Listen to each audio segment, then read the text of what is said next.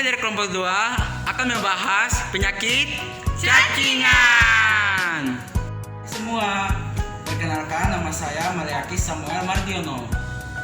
Halo semuanya, perkenalkan nama saya adalah Rastumoran. Halo, perkenalkan nama saya Kesti Jelita Lauli. Selamat menyaksikan. Selamat siang ibu-ibu yang ada di Posyandu Lipo Karawaci. Perkenalkan nama saya Mariaki Samuel Mardiono. Saya dari program studi D4 Teknologi Laboratorium Medis Fakultas Ilmu Kesehatan Universitas Harapan. Di sini saya bersama teman-teman mahasiswa lainnya akan memberikan penyuluhan tentang cacingan.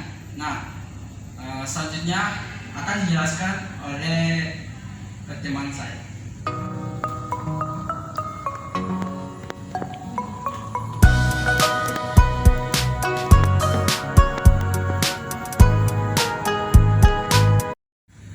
Selamat siang ibu-ibu yang ada di Posyandu Lipo Karawaci. Kami dari Universitas Pelita Harapan, Prodi dan Teknologi Laboratorium Medis akan membahas tentang cacingan dengan penyuluhan. Saya sendiri, nama saya adalah Rastumora. Saya akan memaparkan definisi dan juga jenis-jenis dari cacing. Oke, baik. Saya akan memaparkan tentang definisi dari cacingan. Menurut World Health Organization 2016 menjelaskan bahwa cacingan adalah infeksi cacing parasit usus dari golongan nematoda usus yang ditularkan melalui tanah atau disebut sebagai soil transmitted helminths atau STH. Cacingan adalah segala macam yang hidup parasit dalam lambung manusia atau dalam sistem pencernaan manusia. Next. Selanjutnya adalah jenis-jenis cacing. Dari ketiga cacing ini, yaitu cacing pita, cacing gelang, dan cacing tambang, merupakan cacing yang menyerang sistem pencernaan, khususnya pada usus, terutama pada cacing pita, yaitu dapat menyerang sistem pencernaan manusia atau hewan. Pada hewan biasanya yaitu kerbau, kuda, dan sapi. Yang kedua, cacing gelang merupakan cacing yang juga menyerang sistem pencernaan manusia, khususnya pada usus, yang dapat menyebabkan penyakit, komplikasi khususnya pada hati dan juga pankreas.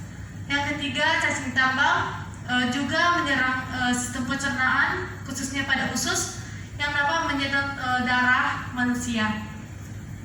Menjelaskan tentang faktor yang mempengaruhi tingginya prevalensi penyakit cacingan.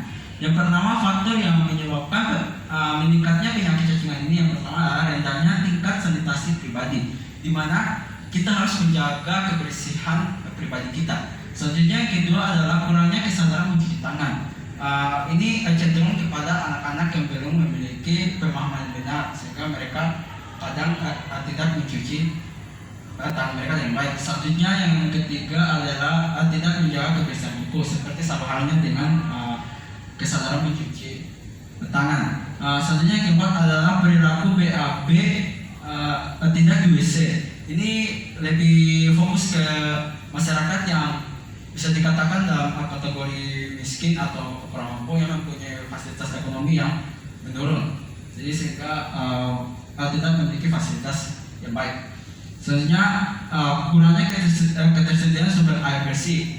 Nah, baiknya slide yang selanjutnya ini sasaran dalam pelaksanaan penyuluhan penyakit cacingan ini mencakup yang pertama individu, keluarga, dan kelompok masyarakat. Di mana sasaran ini kami harusnya lebih ke ibu-ibu, karena di mana ibu-ibu itu lebih berperan untuk memperhatikan anak-anaknya dalam ketika bersosialisasi dengan teman-temannya, ketika bermain di luar lingkungannya, dan bagaimana sasaran ini kami lebih tepatkan ke ibu-ibu posyandu atau ibu-ibu sedang hamil. Slide yang selanjutnya ini adalah preventif. Bagaimana kita mau dari posyandu ini kita melakukan penyuluhan bagaimana bisa mencegah penyakit cacingan ini. Itu dalam rangka menurunkan potensi penyebaran penyakit kecacingan, diperlukan suatu kegiatan promosi kesehatan kepada masyarakat. Posyandu merupakan wadah masyarakat dalam alih informasi dan keterampilan petugas kesehatan kepada masyarakat dan antar masyarakat untuk mempercepat penurunan angka kematian ibu dan angka kematian bayi. Oleh karena itu, posyandu dapat dijadikan sarana kegiatan penyuluhan lapangan mengenai pencegahan kecacingan yang dilakukan di posyandu ini. Selanjutnya akan dijelaskan oleh teman saya. Oke, tujuan preventif ini adalah untuk memberikan penyuluhan kepada ibu-ibu posyandu di Lipo Karawaci, di mana kesadaran sejak dini itu sangat dibutuhkan dalam penanganan penyakit cacing, di mana pencegahan ini bisa dilakukan dari dalam diri masyarakat maupun terlebih kepada orang tua untuk diterapkan kepada anak-anaknya, sehingga penurunan angka dari penyakit cacing akan menurun, sehingga kita juga dapat memperoleh hidup yang sehat dan bersih dari penyakit cacingan.